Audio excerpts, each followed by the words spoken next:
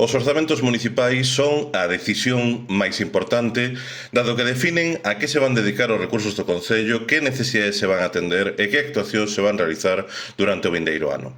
Por iso, fronte á xordeira absolutista de Abel Caballero, desde o Bloque Nacionalista Galego defendemos que é momento de avanzarmos en que a veciñanza e os colectivos sociais participen tamén na definición dos orzamentos.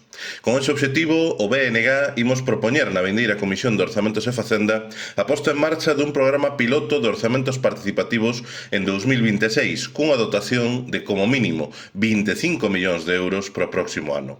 A decisión de como usar o diñeiro de todas as viguesas e vigueses non pode tomarse só en función do capricho do alcalde ou do criterio do seu grupo político. Vigo merece uns orzamentos de toda a cidade e para toda a cidade. Non podemos seguir soportando orzamentos que insisten en gasto aparencial e grandes inauguracións, mentre os nosos barrios e parroquias continúan abandonados e as necesidades reais das viguesas e vigueses seguen desatendidas.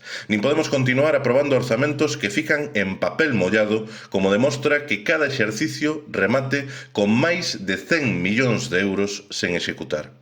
Os orzamentos participativos son un instrumento fundamental para fortalecer a democracia a nivel local, na certeza de que democracia é moito máis que votar cada 4 anos.